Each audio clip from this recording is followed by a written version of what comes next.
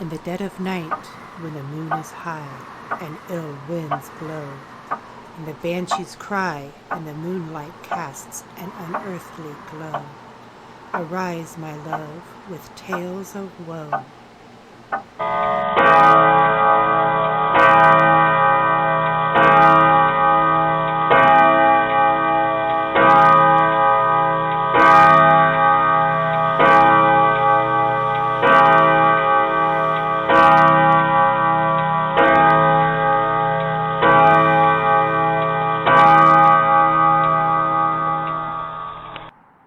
Good evening. It is 12 midnight, the paranormal hour. Welcome to Ghost to Ghost. I'm your host, Chief Lawson.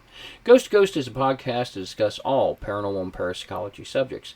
You can find Ghost to Ghost on all major formats, so tell your friends, tell your family. Come listen to Ghost to Ghost. Good evening, ladies and gentlemen. It is now time for Ghost to Ghost. Tonight's topic, time slips. Very controversial subject. With me tonight is Jennifer Verne, our research manager and podcast producer. Good evening. And Heather Lawson, our case manager and podcast director. Hello.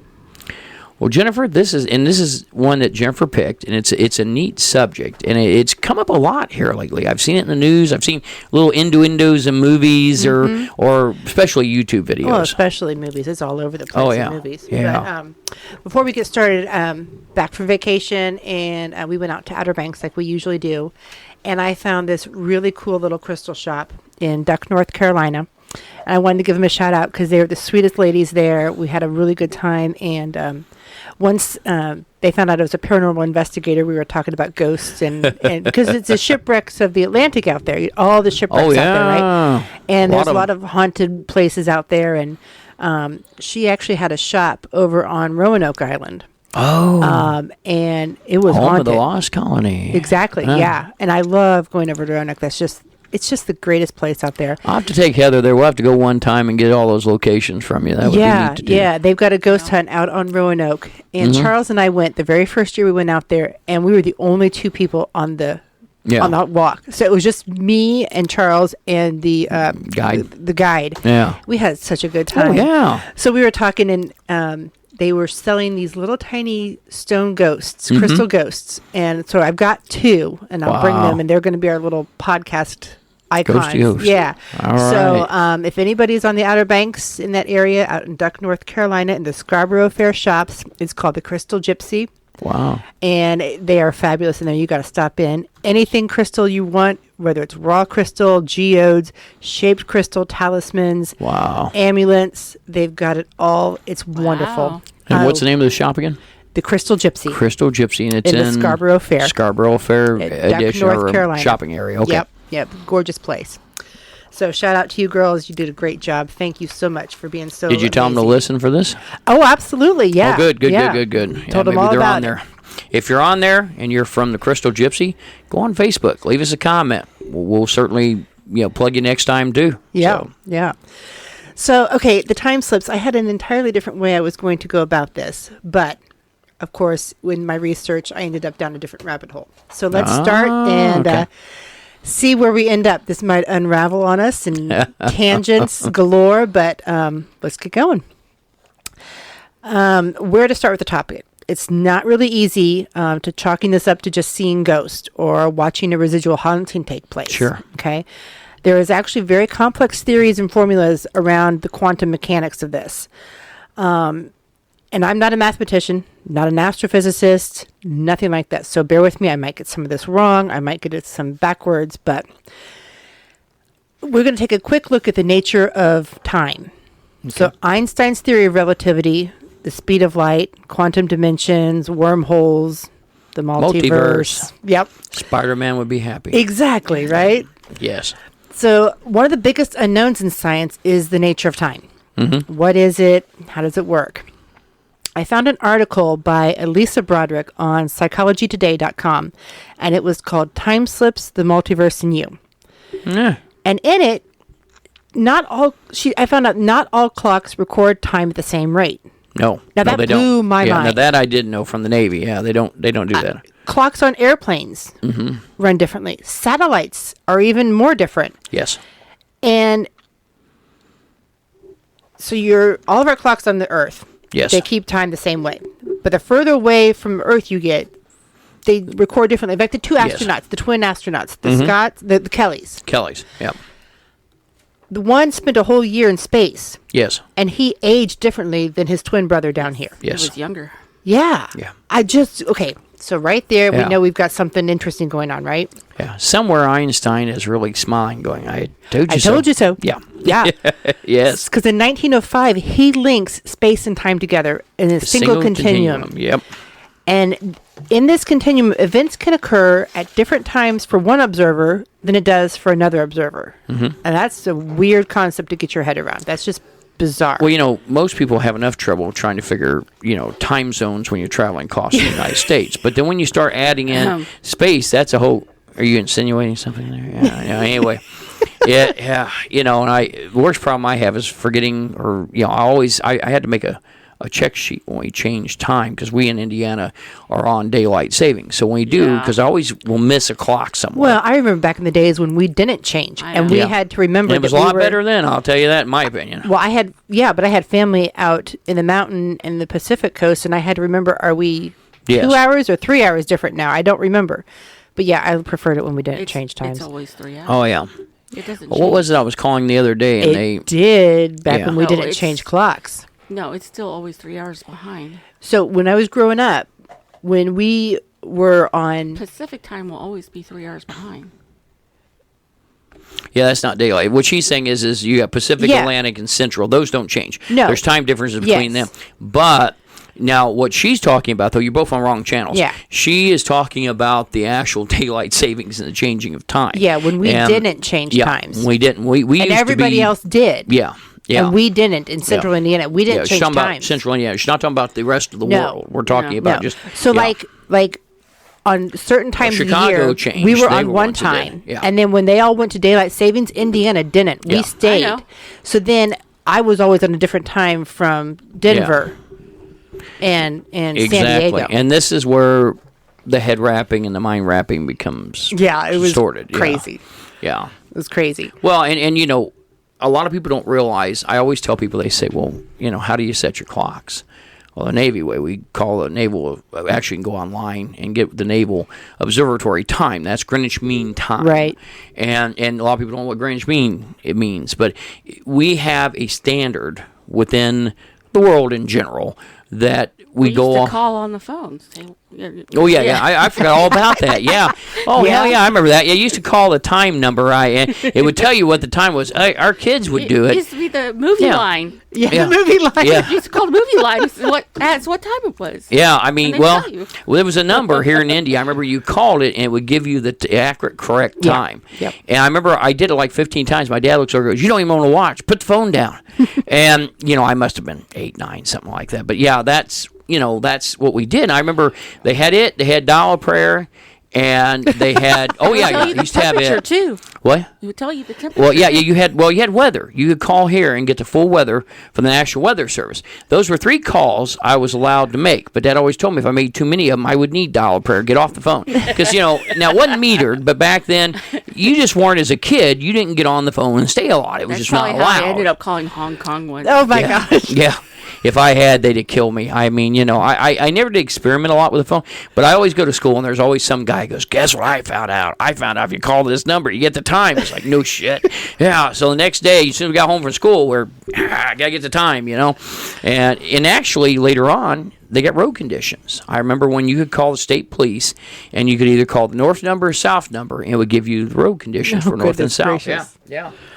Well, I don't think Einstein was talking about daylight savings time or anything like that when he was talking about that. You could thank Benjamin Franklin for that one. Right? Yeah, exactly. Yeah. Exactly. Everybody remembers that part in National Treasure where they, he starts talking about, the actual daylight savings, who invented it, and so forth. And and in a lot of ways, and why it was invented, and I'll let you tell this because you always like to tell this. It's for agricultural reasons. Right, yeah.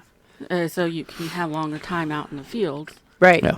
And then in the winter, when you don't need it, It curves back. it's you fall back, so you save your candles. Oh, okay. Yeah. That makes sense. So you burn less candles. Yeah. So that's That makes why. sense. Well, and you know, I mean, who needs a clock anyway? Just wake up when the sun gets up and go to bed when the sun goes When to you bed. retire- That's basically what it was. Yeah. Yeah, for. exactly. one of the first things I noticed when I was down the South Indies was they go on something called island time. Because I asked the guy, I said, you know, we were down there, and I asked him, I said, well, I thought this place opened at 8 a.m. He says, oh, man. He says, they're on island time. I go, well, what the hell is that? He goes, that means they're not opening at 8 today. He just walked off. I thought, well, that's not helpful.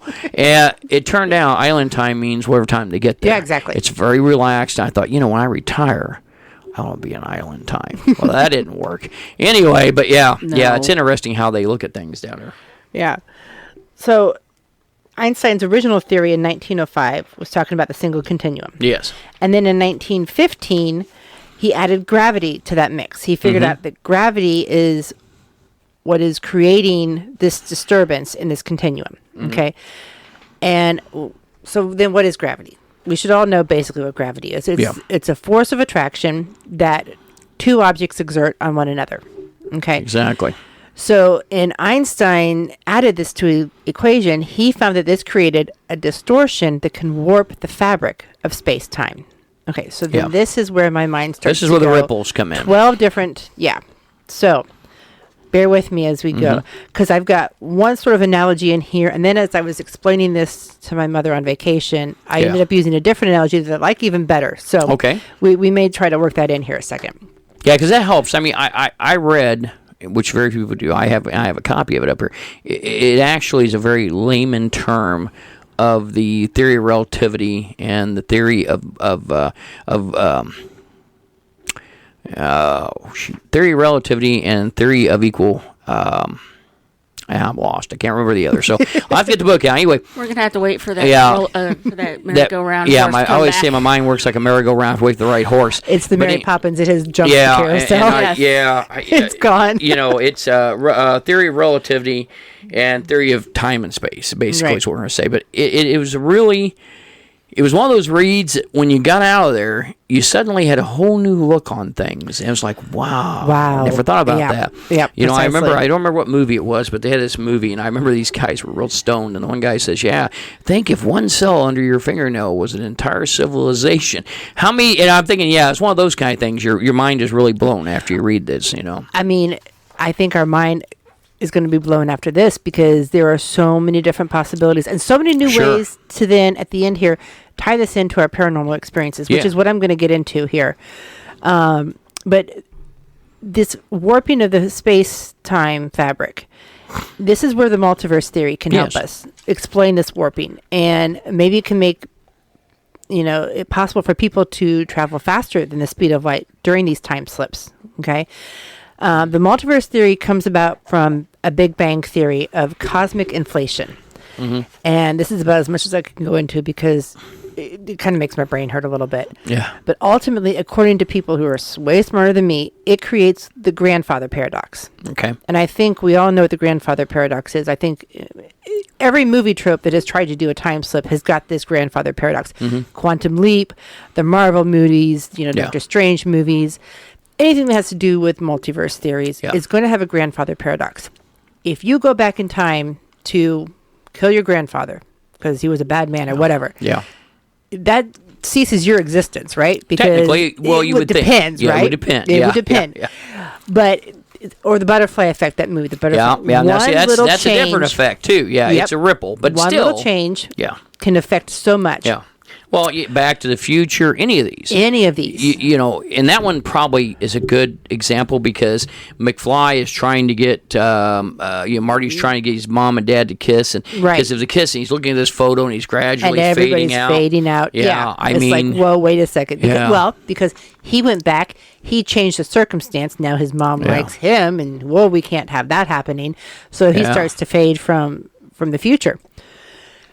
But Einstein and Stephen Hawking, they thought it was theoretically possible that we could time travel. That at some point we're going to have the knowledge and understanding to create time travel. Question is, will we have the intelligence to how to use it? Yeah, we're not going to go down that road. So there's a lot of things that we can do now that we really. Yeah.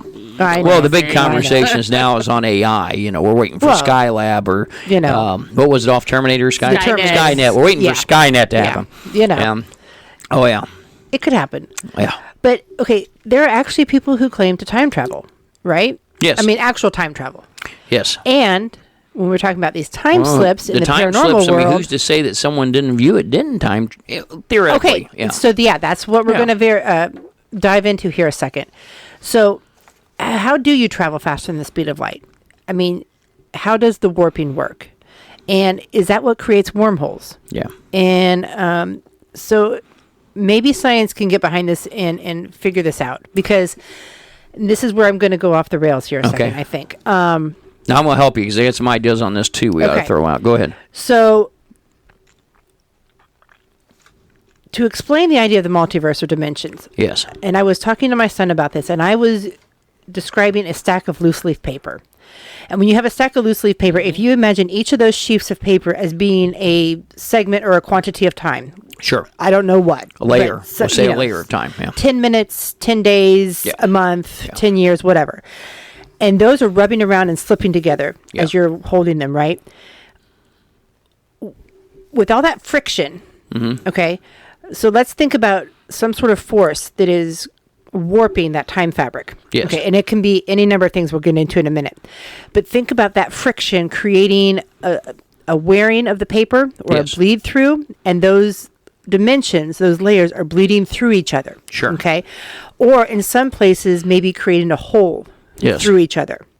And I think when I think about the Deep Space Nine wormholes or space wormholes where you can travel long distances from time, because this came up when my son was talking about aliens, and they were going to put a rocket fuel station on the moon, and I'm like, that's not really going to help you because you can't travel very big distances on rocket fuel fast anyway. And the reason that they were talking about that is they claim they have an anti-gravity drive engine, which, that's speculatory, but Right. Yeah. But, so then he and I started talking about this theory. Yes. And if you got something creating a warp in between those layers, it creates a hole. You can get from the top layer to the bottom layer so much faster than if you pull all of that out.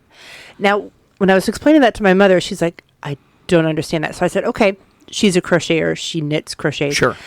Imagine a ball of yarn. If you took that ball of yarn, as time, we know it, we stretch it out literally. It goes as a line. Yep. And if you want to go from this point all the way down to this point, it's going to take you forever. Yeah.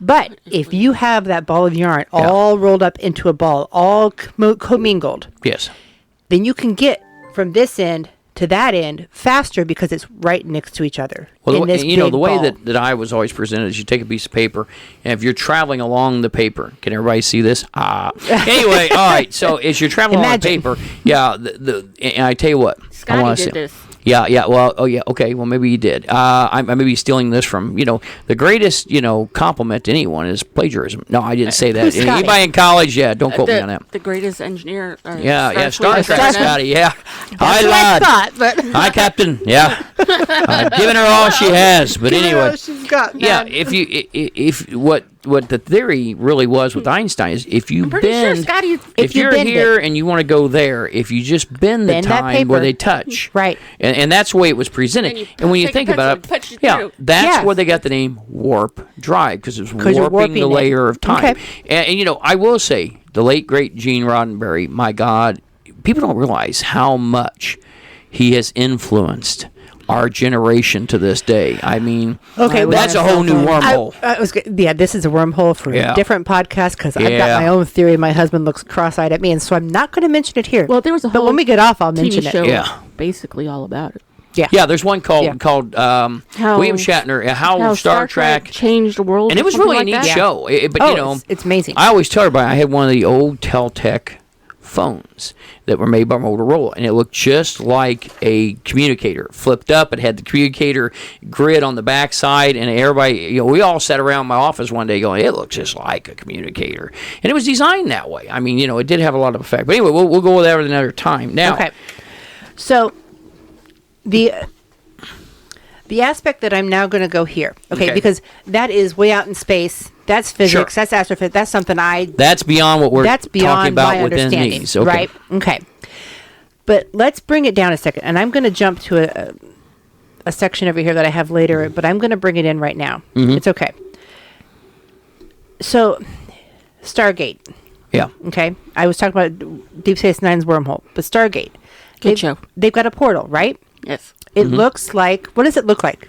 What does that portal look like? Have you guys ever had one of these before? Yes. Well, first I want to say, before everybody disowns me, I only watched like one episode of this. I never saw the movie. Okay. But it's a big stone. I've never watched Stargate, Yeah. but I know what the Stargate Somebody is. has, yeah. Somebody has. And everybody loves it. It just looks It's like a never stone something I've arch to watched. me, but I mean, What does it look like? It looks like an MRI machine. It looks like an MRI machine. Oh, okay. Never thought of it that way. What is an MRI machine? It's a magnetically ran Okay. imaging device. Exactly. Yeah. Okay, magnets. He is magnetic. Magnets. Yeah. Yeah. Giant magnets. Okay. electromagnetic field generator. Exactly. So this Stargate looks like an MRI, but it's got ripples like water in a pond. Yeah. Okay. All right. Keep going because I'm spitballing here. So No, let's that's fine. just That's keep fine. going. I'll stay with you.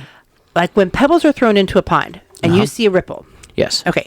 If you throw 2 or 3 pebbles, those ripples Yeah. are going to interact. Now and we're talking overlap about and merge. the butterfly effect. Now we're and, talking butterfly and effect. Stargate was fractal basically logic. a static wormhole. Yeah. Yes, exactly. Yeah. Precisely. Static meaning it doesn't Precisely. move; it holds. Yes. Okay. Whereas when you get into the butterfly effect, or you get into fractal logic, which says that hey, you can't repeat the same thing 3 And times to get the same you result. traveled from here to others planets, Right. places by dialing In. Yeah.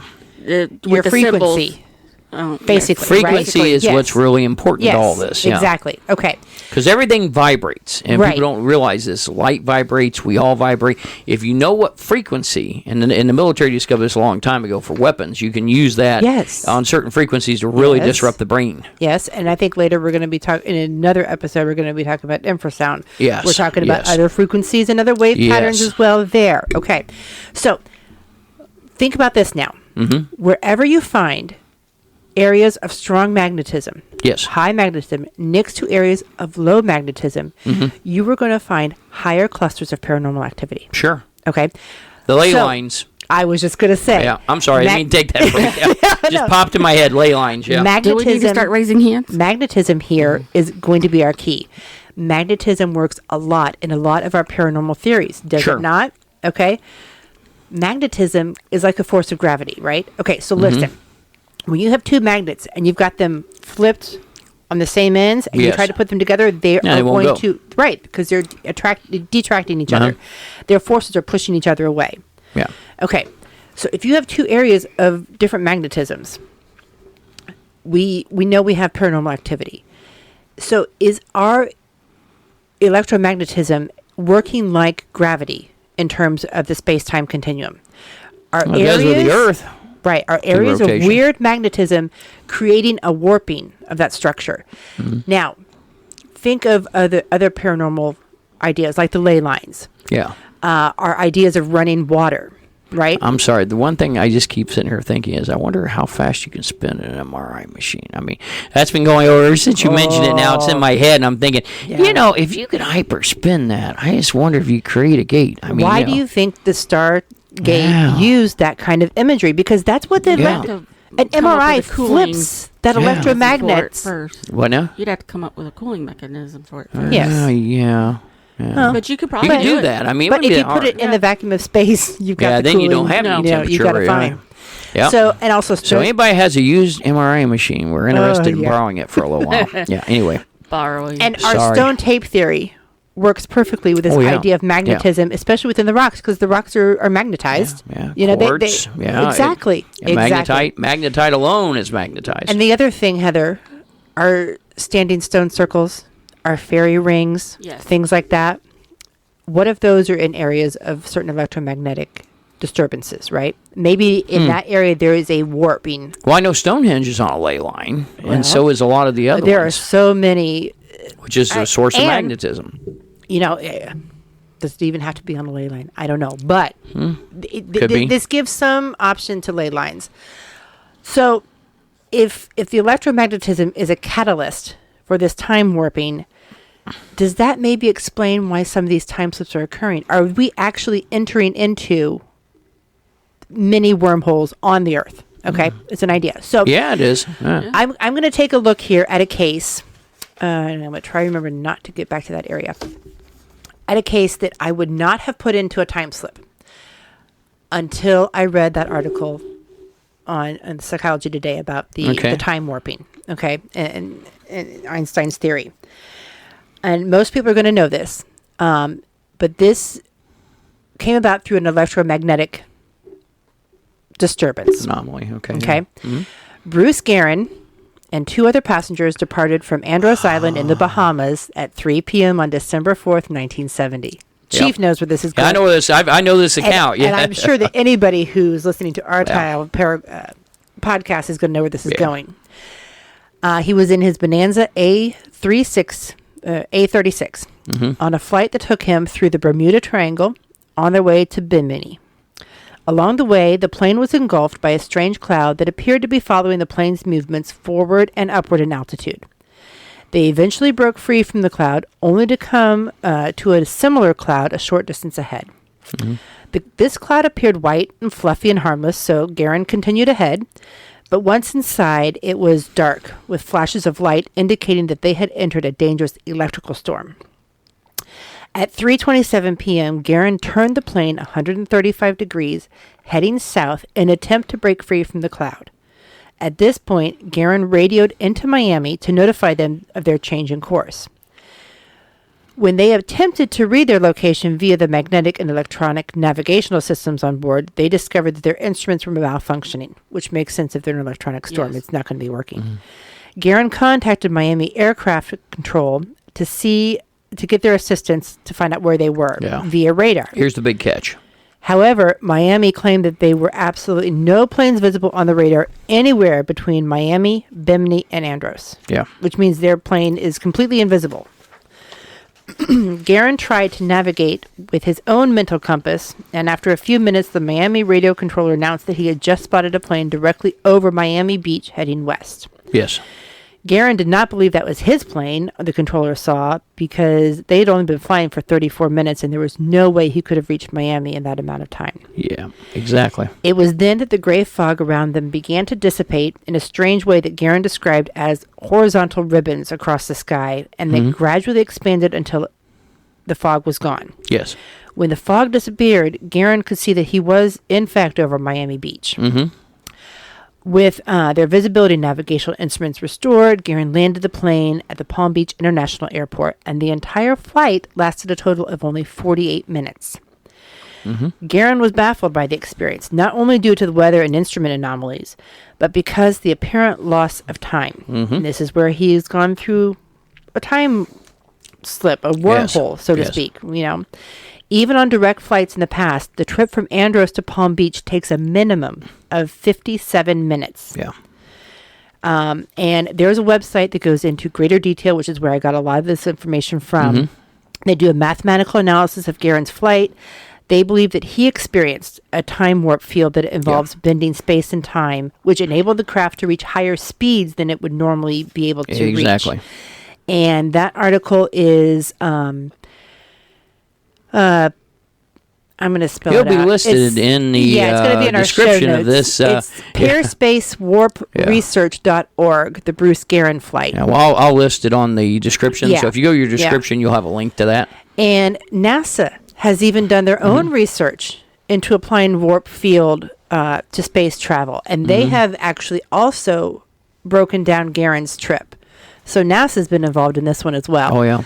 And they believe it's possible. And their report on that is the Warp Fields Mechanics 101 NASA Technical Report. Now, so anybody does it say who's when this happened? I remember, so I'm just asking. I don't remember. It actually happened in the 80s. 80s? It was in the 80s when this happened. And I feel really good for Guerin because, you know, like a lot of people... And again, most of it goes back to most people that see this stuff. They go back to the Bermuda Triangle, right? And they try to link it with that, or and with the theory of Atlantis. And all this stuff. and the theory of right. I mean, when you get into this situation, The one thing is, people really have never looked at time slips. They Right. look at aliens. They look at, and I won't. Before we go any deeper, I do want to make this comment because Hawkins and Carl Sagan were two people, and even though we don't do any ufology, I want to point this out. I always thought it was fascinating. They said, if we ever had aliens make contact with us, which, some will say, well, they already have. The government just isn't telling us. But either way, before we get into tinfoil hats and all that, he always said if it did, it would be a violent contact of nature, would not be a friendly exchange. Both of them were recorded in history of his saying that. So most people are thinking Independence Day here. And, Right. If you think about it, maybe not, I don't know, but there are, if aliens exist and there are other races, it's a possibility. But I wanted to point that out because I always felt that was, okay, so anyway, drones really got some validity after this whole thing when NASA started looking into it. Right. People started taking it. Because for years, like I said, it was either aliens, the Atlantis, because the Beamy Road was one thing they always said, that was the original sunken, because it has a road there. Right. It was right. original Atlantis, Elation Empire. So he was all roped in with the alien crazy and kooks. the snake oil salesman and everybody else. Right. And this poor guy, I remember the interview he did online. I saw the video interview. Mm-hmm. And for anybody that doesn't know what a Bonanza is, it's top wing, single aircraft. I think it holds 6. And I mean, this guy was an experienced pilot. Yeah. And I can tell you, I island hopped down that way before, and those planes are used quite often. But, when you're expecting a 50-minute flight, and it does make one wonder, because we can also go back to the TBIY bomber trainers of the Navy with flight, I mean, when you start looking at all this stuff, you're wondering, hey, maybe this was time slips. Right. Maybe they went, because, they've looked for the wreckage for years and never found it. Right. There may not be a wreckage. It may not be in this time in this, portal. Right. So, but I wanted to say that's one thing I thought was really good. At least he came out, and now people are looking at him and go, wow. There's a possibility this is real. Yeah. He's got validation. He's not some kook who was claiming aliens came and abducted him and then put his plane back in the sky. Because I don't think that's what happened. No. In any way, shape, or form. No. And that's why I never would have thought of this case as a time slip case, because when I was a young kid in the 80s and I heard this thing about this plane, the Bermuda Triangle, and I was like, oh my God, this is so super creepy and great and wonderful and aliens and all that. And then as I got older, I'm like, okay, that's a little far-fetched. That's a little weird. And now I'm like, whoa, okay, wait a second. There is some validation to this. Yep. If our top physicists and astrophysicists and NASA are trying to unravel, they're interested in looking into it. Yeah. Then there's got to be takes something money. here, right? Yeah. So any stories that occur on or near the sea usually involve storms. Yeah. Usually when we deal with stuff like this. And usually, not in all, but in most time slip stories, there's some sort of environmental aspect to them. People seem to feel a flatness or a mutedness or a depression, change. whether it be in their own feelings or in the way the air feels around them. Okay. There's an unnatural stillness, silence, temperatures will drop. And sometimes time slips have actually occurred within close proximity to solar phenomenon. And I know we just had the eclipse on Monday, so, we're all into solar phenomenons right now, but solar flares, electrical, solar storms, that kind of thing, can sometimes be linked and equated to time slip accounts. So we're going to go into a different story right now. Are we going into paranormal? This was where we were going to go paranormal. I was going to say, there's one thing I wanted to say before we do that. Think about if we could harness this. We could prove, one, that it exists. There's more than just harnessing. Prove it exists. Figure out how it works, which this is a large quota here, large project. We could actually get to the point that Star Trek transponders and transporters would be available. You walk in a booth and you go out to see Aunt Millie in Arizona, and 2 seconds later you appear out in Arizona and you walk out and... Well, yes, because then you're walking through a time slip and you're not getting all your molecules split apart and then put back together. That's not how a transporter works. No, because transporters work by splitting all your molecules atoms apart and put them all back together. That I would never do. I'd walk through a time wormhole. Well, the only thing with the time slip, though, once we learn how time works, we can determine how to move the molecules back and forth. Yeah. Well, the main thing is here... Not only that, I ain't going to Arizona. Yeah, I don't want to go to Arizona I'm going to the Delta Quadrant. Yeah. That's where I'm going. I do. Why am I going to Arizona? Yeah.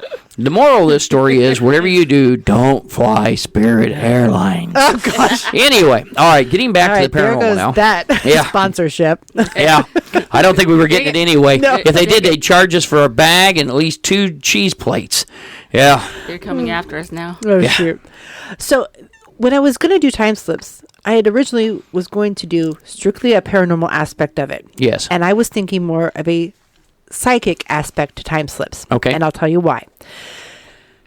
The most well-known time slip incident, I think, for anybody in the paranormal field, even remotely, is the Moberly Jourdain incident in Versailles. Mm-hmm. Everybody knows that story. So Okay. I'm not going to really go too deep into it. We're going to get into it just a little bit. Sure. Okay. But I was thinking it was more going to be psychic in nature with these two ladies. They didn't know each other The very Versailles long. incident? Yeah. Okay. And the reason I was thinking that, as I was listening to podcasts, because, I listen to podcasts Sure. nonstop, to the enjoyment and ridicule of my family. They just laugh at me every time I say, Real but quick, I listen I know, to a podcast I know I've drug us about... in the tangents 15 times. Do you ever listen to ours just for the heck of it? I can't hear myself Well, talk. people don't believe this, but so I asked me, they said, will you go over that? No, when I'm editing, I do. But after Yeah. it goes live, I No. don't listen to it. No. Because, No. I mean, one, I don't know whether I don't want to hear what I say, but most of the time, we've already been there. Well, It's like we've been there, traveling we've the done same that, road. we've- Yeah. yeah. I've So I talked don't about- listen to it. I got thinking, if everybody just clicked on, we could raise our ratings by 7. I didn't think about that, but I mean, but I don't Like listen when to it. people Yeah. ask movie stars, "Did you watch your movie?" No. Yeah. I did it, Yeah. I click on to make sure it's downloaded and it's Yeah. there.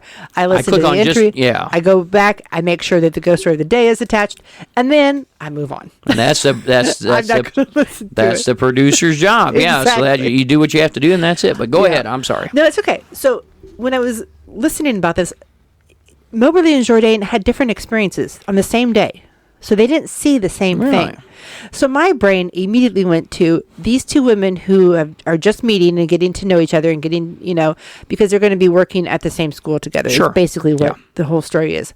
I thought, okay, well, maybe they're psychic in nature. Maybe they were Real quick, seeing- maybe I don't know. Everyone does know this. Maybe I'll give a quick nutshell yeah, version. Yeah, we're going to give a nutshell Okay. here real quick. But I was thinking maybe they had psychic visions of the past and didn't actually see the past. Simultaneously. Right. Well, okay. So, but then things changed a little bit. Yeah. So, okay, basically the Moberly Jourdain incident, also known as the ghosts, not the goats. No, Damn goats. Yeah. the ghosts of the Yeah. Petit Trianon, or Versailles, the ghost of Versailles. So this is the early 1900s. I mean, Okay. just the very beginning of the 1900s. I hate to say this, it may be the Scotch, but I thought a neat episode title would be "Staring at Ghosts." Men who Oh. stare at ghosts. No. People who stare. Okay. I'm sorry. Go ahead. Never Okay, mind. that's the Scotch. Yeah, it's got to be the Scotch. Anyway, yeah, go ahead. So, Moberly, her dates are 1846 and she died in 1937. Jourdain was 1863 and she died in 1924. And this took place in 1911. Yeah. Well, no, they wrote their book in 1911. This Oh, took okay. place before that, like I said, just at the turn of the century, I believe. I knew it was the early 1900s, as I recall. Yeah. So it describes a visit that they made to the Petit Trianon, which is a small chateau on the grounds of the Palace of Versailles, Yeah. where they claimed to have seen the gardens as they had been in the late 18th century, as well as ghosts, including Marie Antoinette and others. And we talked about this during the what episode? We I did- haven't mentioned You Moberly. sure? No. I thought we had. Okay, never mind. I'm sorry. Go ahead. I don't We recall. just talked about it. Yeah, because Yeah. this is one Maybe that it is was. always talked about. So I usually try Yeah. to veer away from it until I started thinking about time slips and thinking about, oh, let's bring the psychic aspect into this. Yeah. So that's why I thought I Look would at talk it through about those it. eyes. Yeah. Right. So they went to visit the Palace of Versailles. They didn't enjoy it. They didn't really think it was all that much. So they decided to walk through the gardens of the Yeah. Petit Trianon. Upon reaching the Grand Trianon, they found it was closed to the public. And then they became lost after missing a turn for the main avenue. Okay, that is French, and I am not going to say it. Let's Go try for it. I didn't take French, so. Allée des Deux Trianons. Oh, that sounds good. Even if it isn't right, it sounds good. Yeah. Des Deux Trianons. Okay. Enough for me. So Ah. they entered this lane, and Moberly reports that she noticed a woman shaking a white cloth out a window, while Jourdain recalled noticing an old deserted farmhouse, outside of which was an old plow. At this point, they described feeling oppression, dreariness, after which the men, who they thought were palace gardeners told them to go straight on. So they encountered a man who looked like a gardener, and they said, keep going. So Moberly described the man as very dignified, dressed in long gray-green coat with a small three-cornered hat. Jourdain recalled that she noticed a cottage with the woman holding a jug to a girl in a doorway. And she described it as a tableau vivant. A tableau vivant is a game they used to play where, almost like charades, but you wouldn't act it out. You would just create a pose. And then your guests were to try to figure out what pose you were recreating. Henceforth, strike a pose. Yes, basically, yes. Okay. So much like Madame Tussauds waxworks, Yes. right? Only a tableau vivant is done with live people. So Moberly did not observe the cottage, but she remembered that when she felt the atmosphere change. She said everything suddenly looked unnatural and therefore unpleasant. Even the trees seemed to become flat and lifeless, more like woodwork in tapestry. There were no effects of light and shade. It was just flat, and no wind stirred the trees. So then I'm like, okay, right there, I'm thinking, okay, these two women had different psychic impressions of the actual atmosphere that they were in at the time, right? Yeah. Okay. So that's where I was going to go with this whole time slip thing. I had a whole bunch of them all planned out. Okay. But then I found the time warping and the theory of relativity. And suddenly the points things connect. changed. Yeah. Because the other incident that we had talked about before with Johann Wolfgang von Goethe. Now, him we talked about in the Doppelgangers episode. Okay. He is the author of Faust. Okay. Okay. Yeah. And he wrote his autobiography himself. Obviously, it's an autobiography he wrote himself. And in that, he writes, I now rode along a footpath toward Durensheim, and here one of the most singular forebodings took possession of me. I saw, not with the eyes of my body, but with those in my mind, my own figure coming toward me on horseback. And on the same road, attired in a dress which I had never worn, it was a pike gray with somewhat gold. As soon as I shook myself out of this dream, the figure had entirely disappeared. It is strange, however, that 8 years afterward, I found myself on that very road to pay one more visit to Frederica in the dress of which I had dreamed, and which I wore, not from choice, but by accident. So we had talked about this in the Doppelganger episode, as I thought maybe a foreshadowing or a time slip. Okay? Okay. But when I started thinking about Moberly Jourdain being a psychic impression phenomenon between the two women, which is why they didn't have the same vision, I thought, well, what if Van Gogh also had a psychic premonition of himself? And when I found his quote where he said that he saw it not with his eyes, but with his mind, that was like, oh, okay, well, we can chalk this up to psychic phenomenons, right? Yes. But... And maybe Van Gogh was a psychic phenomenon and not a time slip like we had supposed in the Doppelganger, right? That's Doctor Who. I mean, right? It was one thing I was sitting here. That's what I've been doing while you've been talking. I was trying to remember there was a story, and I think me and Heather watched it. It was about 3, I think, British or French soldiers in World War One. Oh, remember that? Okay, you got one. Okay, okay. I was trying to find the name of the damn battle. I remembered the episode. I remembered the building, but I couldn't remember the name. Yep. So that's the next thing. Sorry, I got ahead. No, it's okay. A lot of things I go through. We're going to get there. Yeah, I go through my mind. Things pop up, and I it's a carousel. Yeah, it's the horse comes around before the horse is gone. Yeah, I got to get it out before the horse leaves again. Okay, never mind. Go ahead. No, you're good. You're good. So. But then there's a time slip, and I'm not going to go into it in detail because as I was going into detail and researching further, I found a site that completely debunked this actual episode, this story, as having been debunked and totally made up and fictionalized. Really? And again, anybody who's into the paranormal is going to know it. It's about the two couples that were traveling through France on a summer vacation in the 1970s, and they got lost and ended up at a hotel, and the hotel was very dated. They paid like 19 francs for their entire visit and their dinner. And when they came back through, they couldn't find it on their return trip. And of course, then all the pictures that they had then taken of the hotel and of them at the hotel were undeveloped and Yeah. came out. They blank. came Okay. out black and they were developable. That is a wonderful story. Sure. A great story. But that involves interaction with people. Yes. Okay. I thought, oh my God, that fits perfectly into a time slip. They actually went through a time slip and entered into an entirely different But the interaction with reality. people. With an interaction with people Yeah. of that time frame that you've slipped into. Okay. I found a site that totally debunked that as a total story. I don't know Really? if it's accurate or not, but I thought, well, you know what? We're just going to throw that one out because when in doubt, We throw it out. Yep. Exactly. But the other case that I did find is the 3 English soldiers. Yes. Okay, so let's go Now, into this that is one. fascinating. I enjoyed one was watching this. really I good. watched it on a video Yeah. presentation. It was very interesting. So this was during a training exercise in 1957. And I'm going to read it from listverse.com from Kersey in Suffolk. Okay.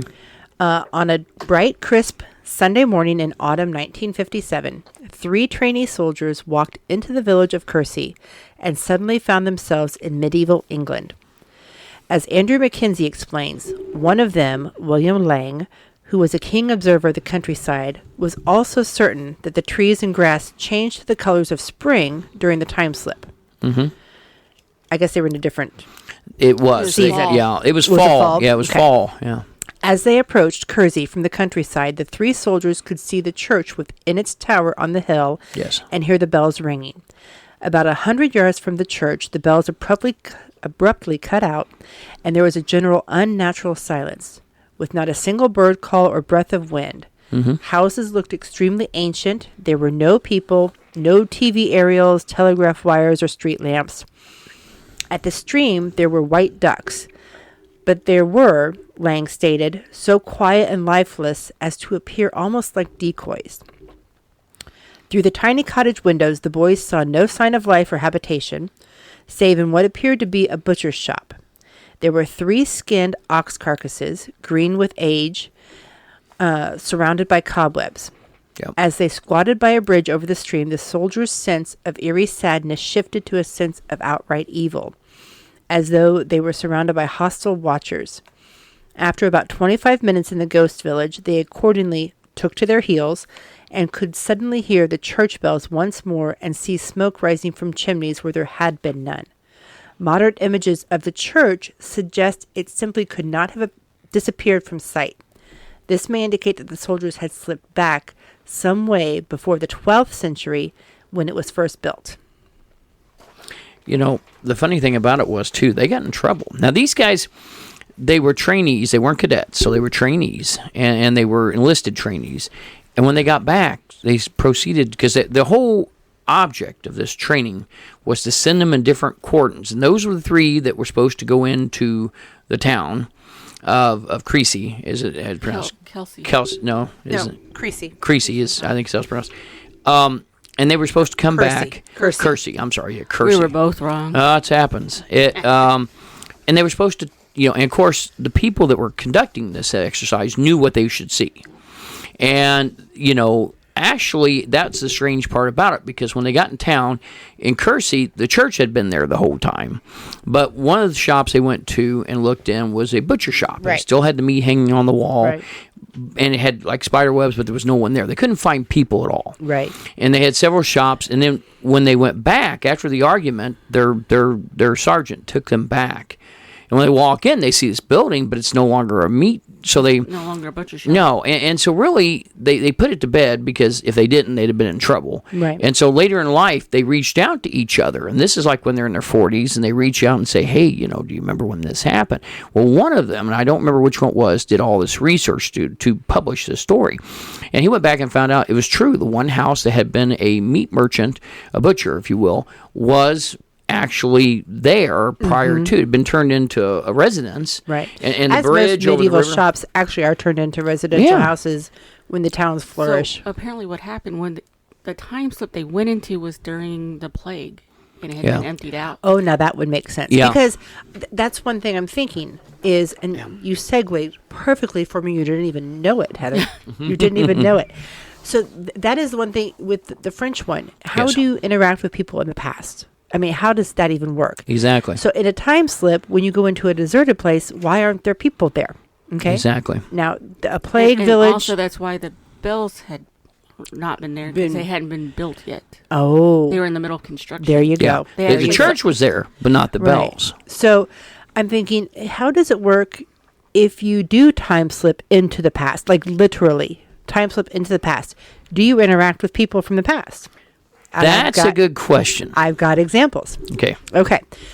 So time slips can happen anywhere, right? We've established that. There's even time slip experiences from the States. Sure. And they're there. But the British Isles seem to have an overabundance of it. But of Oh, course, yeah. the British Isles have an overabundance of And oddly everything. enough, the British Isles are something that we look at as having residual haunts the most. So, And the amount of ley lines. I mean, if Yeah. you pull up Well, a yeah. ley line Yes, map yes. just for funsies, Yeah. I mean, it's, But there's a very specific hotspot. Well, one of them is Liverpool. And Okay. in Liverpool, there is a street called Bold Street. Mhm. And it has more modern day time slip reports than any other place that I can Really? find. Yes. I mean, they are over an abundance. And these are weird.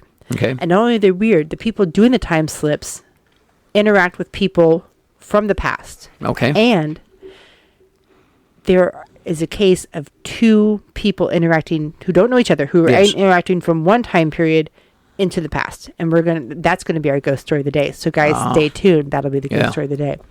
But the one I'm going to relate now is interesting. Because there's two people involved, but only one person has time slipped. Okay. A young man named Sean, while shoplifting in Liverpool, Doing his Christmas yep, shoplifting early. yep, Yeah. in 2006, he was caught, and so he was being chased by a security guard. He was running away, headed down Hanover Street, Yes. trying to shake off the guard. He turned into a dead-end street called Brooks Alley. Okay. Sean then started to feel the atmosphere got very thick and tight, like we talked about, right? Yeah. He waited for the guard to come around the corner because he knew he was going to be, being Caught. dead. Yeah. Yep, he was at a dead end. It was it. Waiting for the inevitable. The guard never appeared, and so Sean thought he gave him the slip. So he waited a little bit, and then so he started to saunter back out and look down Hanover Street. But when he did, he realized something was wrong. The road looked different. The pavement looked different. The cars driving by were very old-fashioned. The roadworks that he knew were supposed to be there were gone. Soon he saw people around him walking that were not in the right attire. Their clothes were old Sure. to him. Something wasn't quite right, so he began to panic. He realized somehow he had stepped back in time. He saw a kiosk that was selling newspapers, so he went over there and headed over there. Leaning over the stand, he looked at the front page of the Daily Post, and it was dated 18th May, 1967. So he panics, freaks out, starts running down the street, and then all of a sudden... Excuse me. Nope, you're fine. Everybody was walking around. People were still walking. It was 1967. And then everything changed, and he was back in his own time frame again.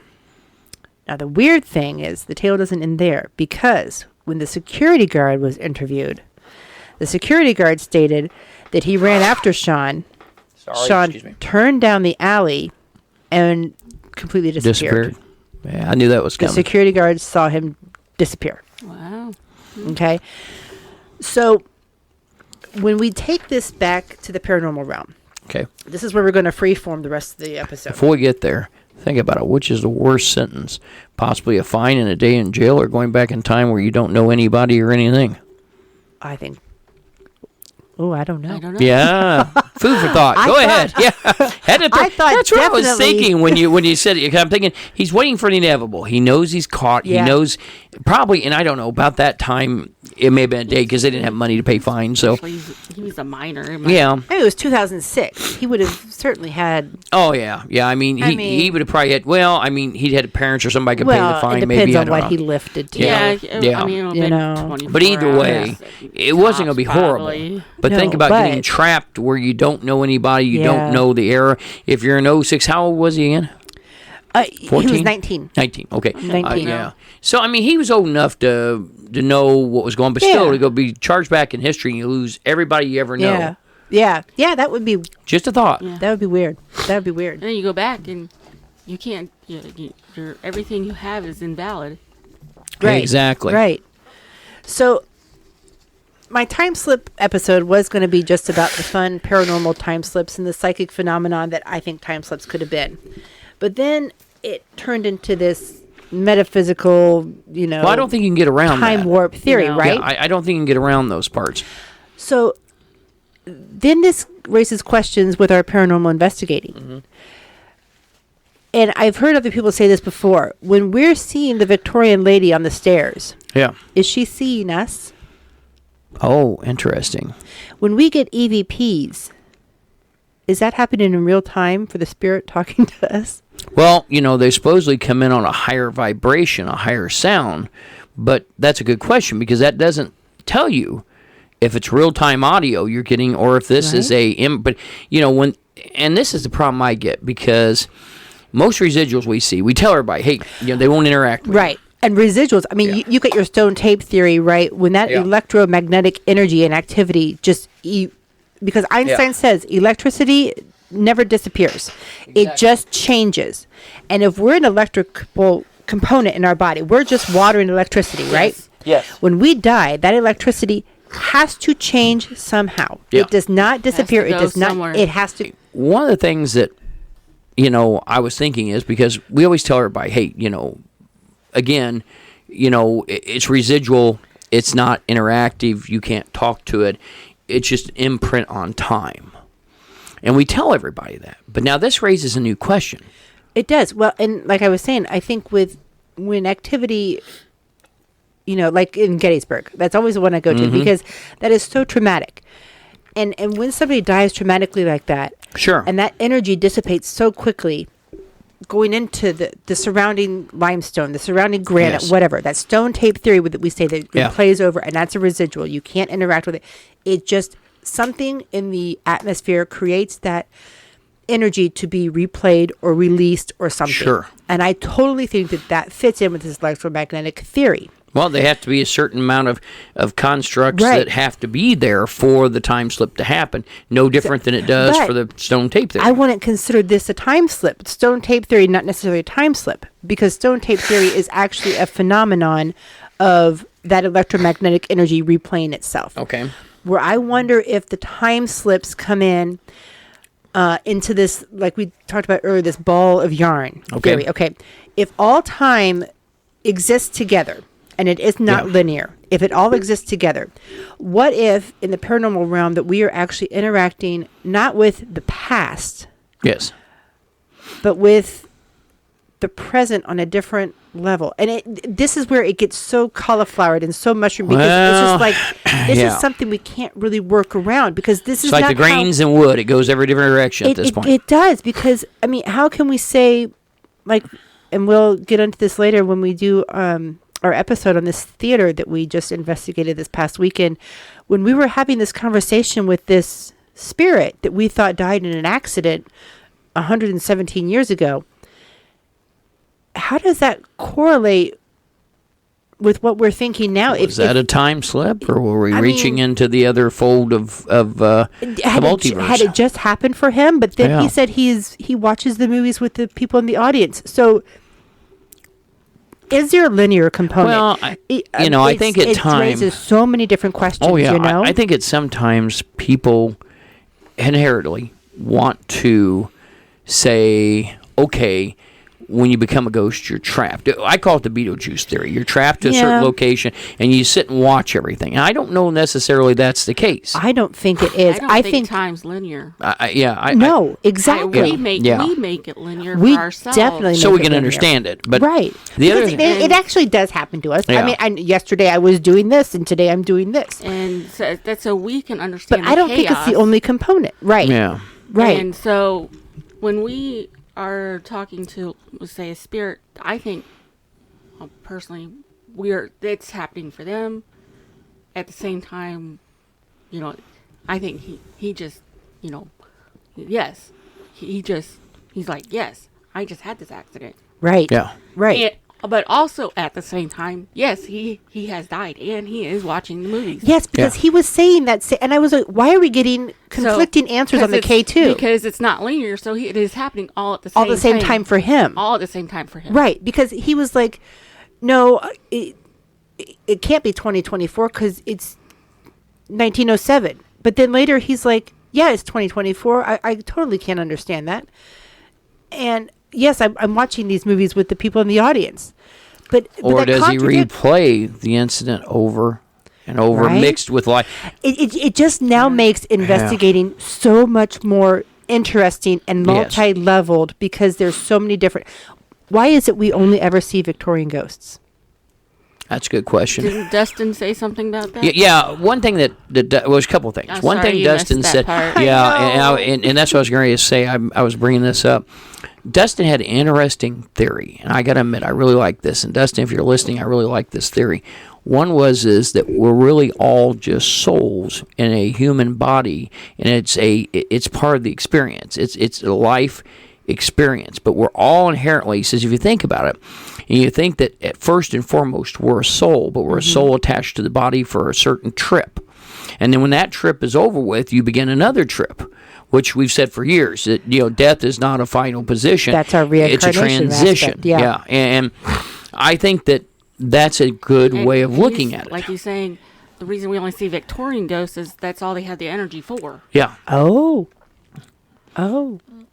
And eventually, as time goes along, their battery's going to die. And then all the people are going to see 80s, 70s. 90s Right, ghosts, that's- yeah. I'm just waiting to see the slouched pants. Oh, yeah, and the big skateboard hair. And all, carrying. yeah. Yeah. No, thank you. Yeah, I didn't like it then, don't like it now. But well, and I think that he had a good point with that as well. I mean, we have always said residual works off of energy.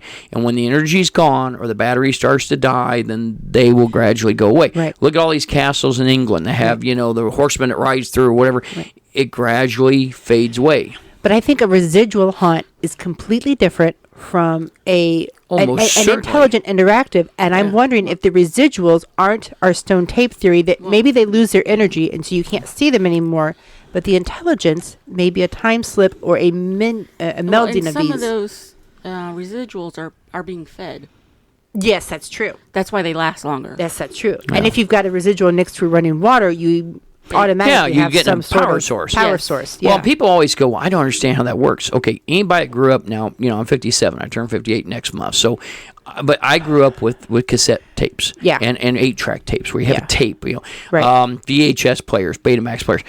They have a magnetic head that imprints that on the tape. Right. So what is there to say in a magnetic region we can't imprint things on stone? What is a transistor? It's a quartz crystal. You absolutely can, because they're actually trying to work on getting data digitized onto quartz. We use quartz now. Yeah, we do. Well, yeah.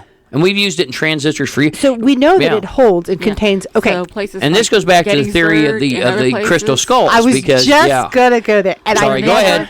I never ever. We're both thinking the same way. I never ever believed in the crystal skulls ever. I thought, okay, that's a fun story, great, whatever. I always figured it was some sort of storage, like a USB drive. Exactly. Yeah, we've gotten data now. And I'm just like, okay, all right. Now here's where the cook your noodle. How the hell did they know all that back then? Okay. We can't go into this podcast because then my family. Van Duncan, or was it not Van Duncan? Chariots of the Gods. Eric Von Däniken. Yeah, I was saying it right. Von Däniken. What are we calling us, telling us it's, or what's his name? I don't want to say it's aliens. No. It's aliens. No. Eric Von Däniken. Yeah, he wrote the Chariots of the Gods, and he does a lot of these my family is now going to disown me if we go down this podcast. Yeah, that's another rabbit hole. And then you get, what's his name? The guy with the big hair dude always says, I don't want to say it's aliens, but it's aliens.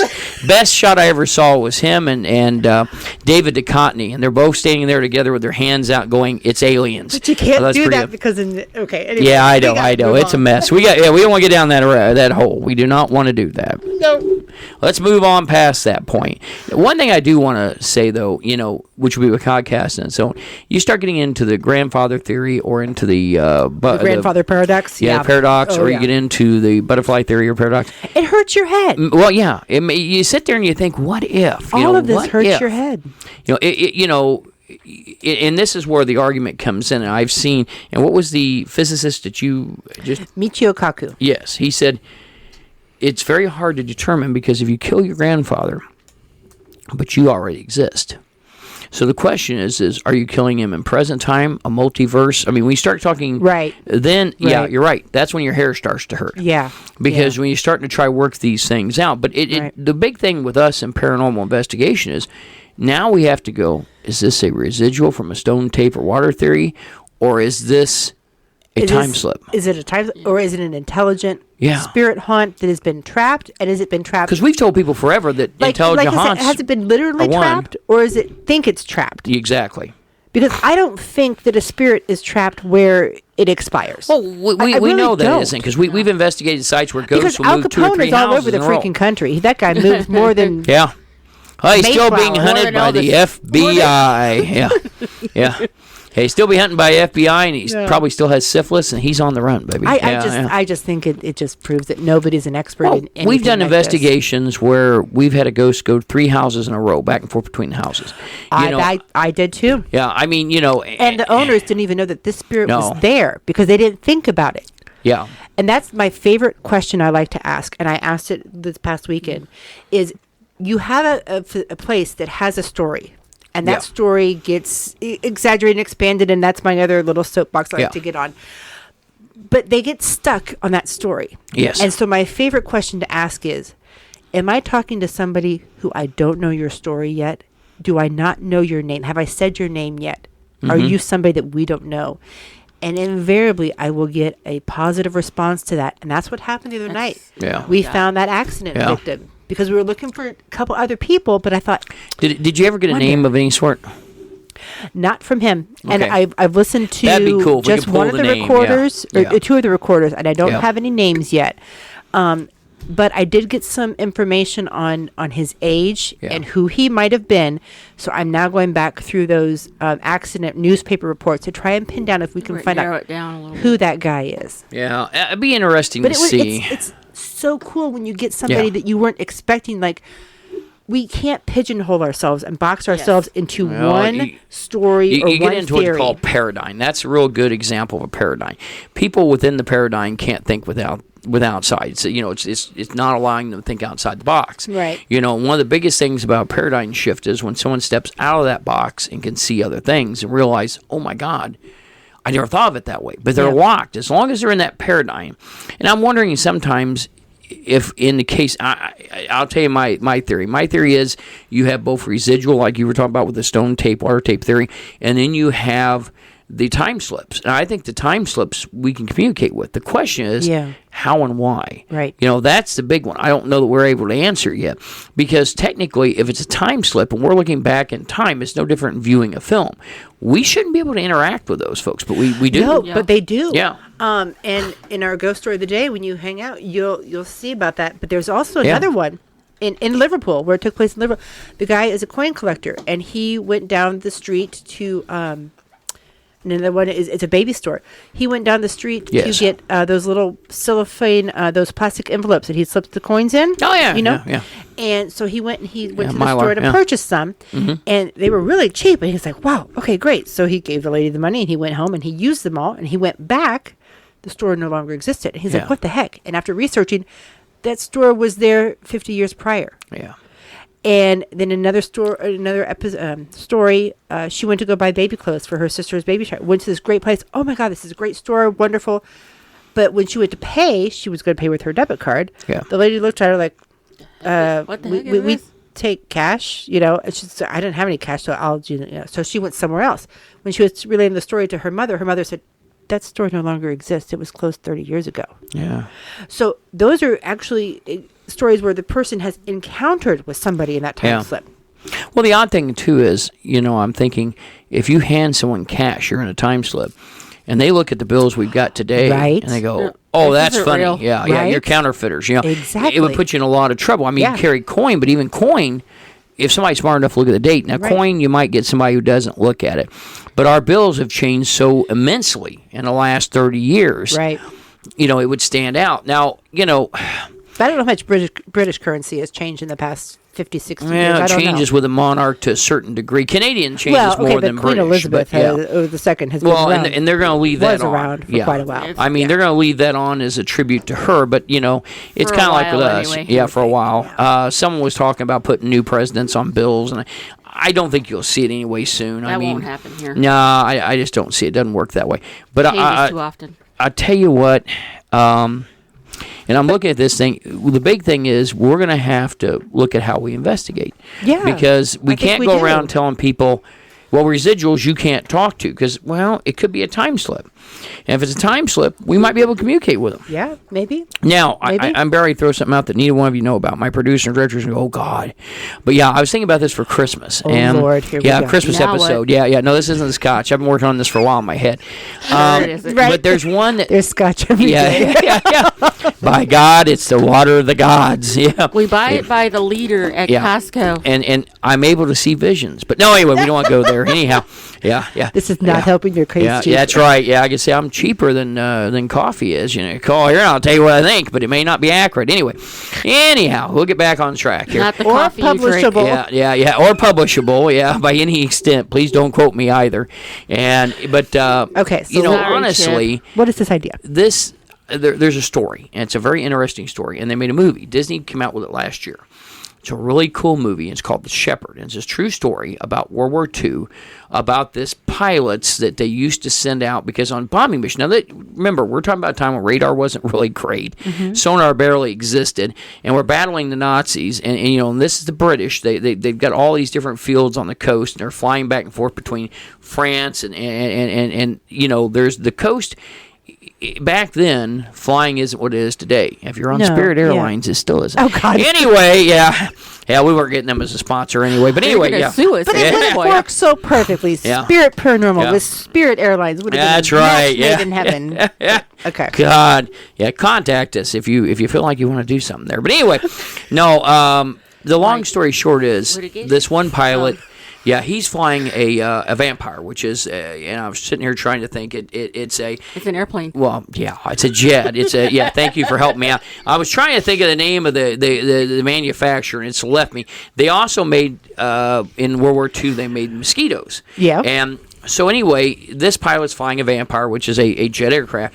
Christmas Eve night, he wants to be with his girlfriend, his family, but he's stuck in France. And it just comes up. There's a flight that comes up that he can take, but it's going to be an IR flight that's instrument flight. So you know, problem with instrument flight is it's dicey back then. The compasses weren't real good. If anything goes off, you're screwed. Right. You know, if you have visual flight, that's easy. A pilot Well, can see where he's going, easy-ish, and yeah. easy-ish. Yeah. You know, and I took ground school. Is the reason I'm saying this, and I'll tell you, you know, VFR compared to IFR, Right. big difference. Right. He leaves out a night with a horrific amount of fog. He leaves off on a course bearing, heading for the British Isles. He gets out, and he gets to the point where his instruments fail. The entire panel shuts down. He has nothing. Altimeters, nothing. He doesn't know where he's at, has no clue.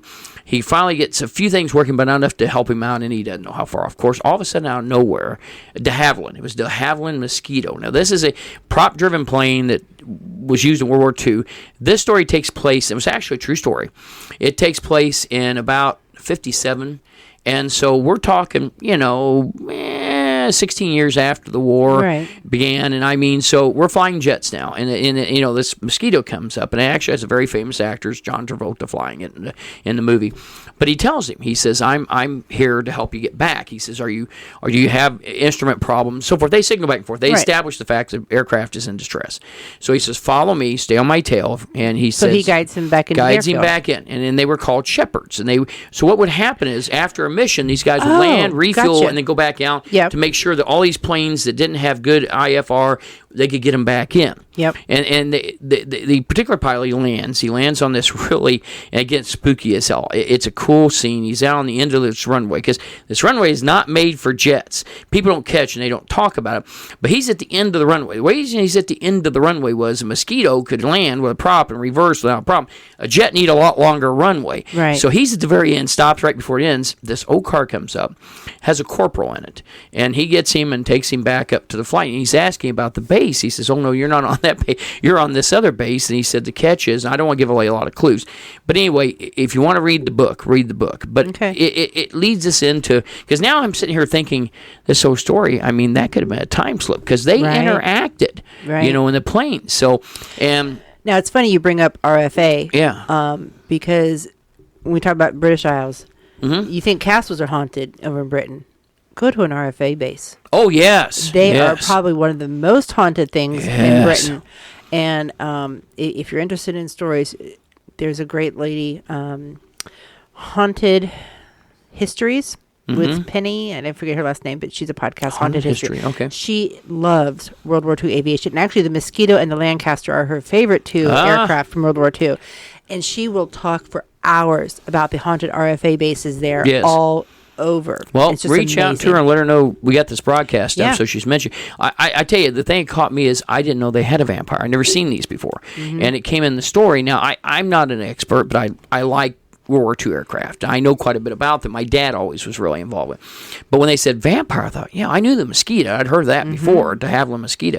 But yeah, this is the, when they get a Havilland vampire, I'm thinking, okay, I've not heard of that one before. Right. And it was kind of interesting. It reminds you of the typical 1960s jet design, Yeah. sweep back, all aluminum. And again, we would have thrown that into a paranormal experience. Yeah.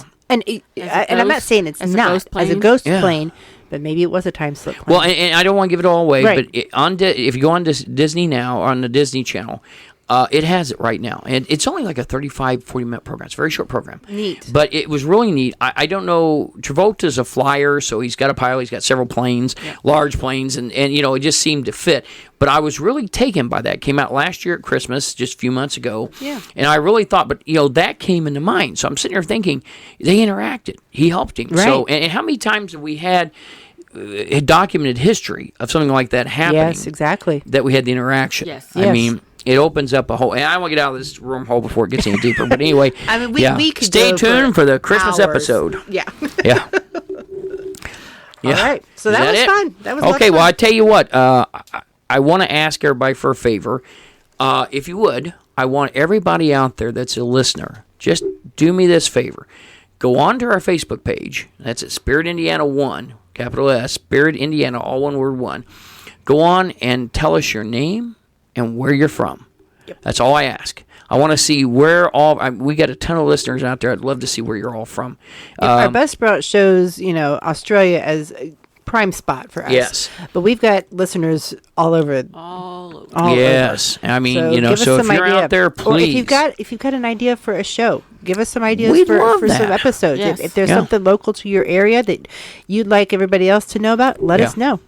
Exactly. And we'll be back the 15th unless Spirit Airlines attorneys contact us. So otherwise, we'll be back on... No, I'm sorry. Yeah, we'll be back on the 30th. Producer's But anyway, nightmare. Yeah. Anyway. Yeah.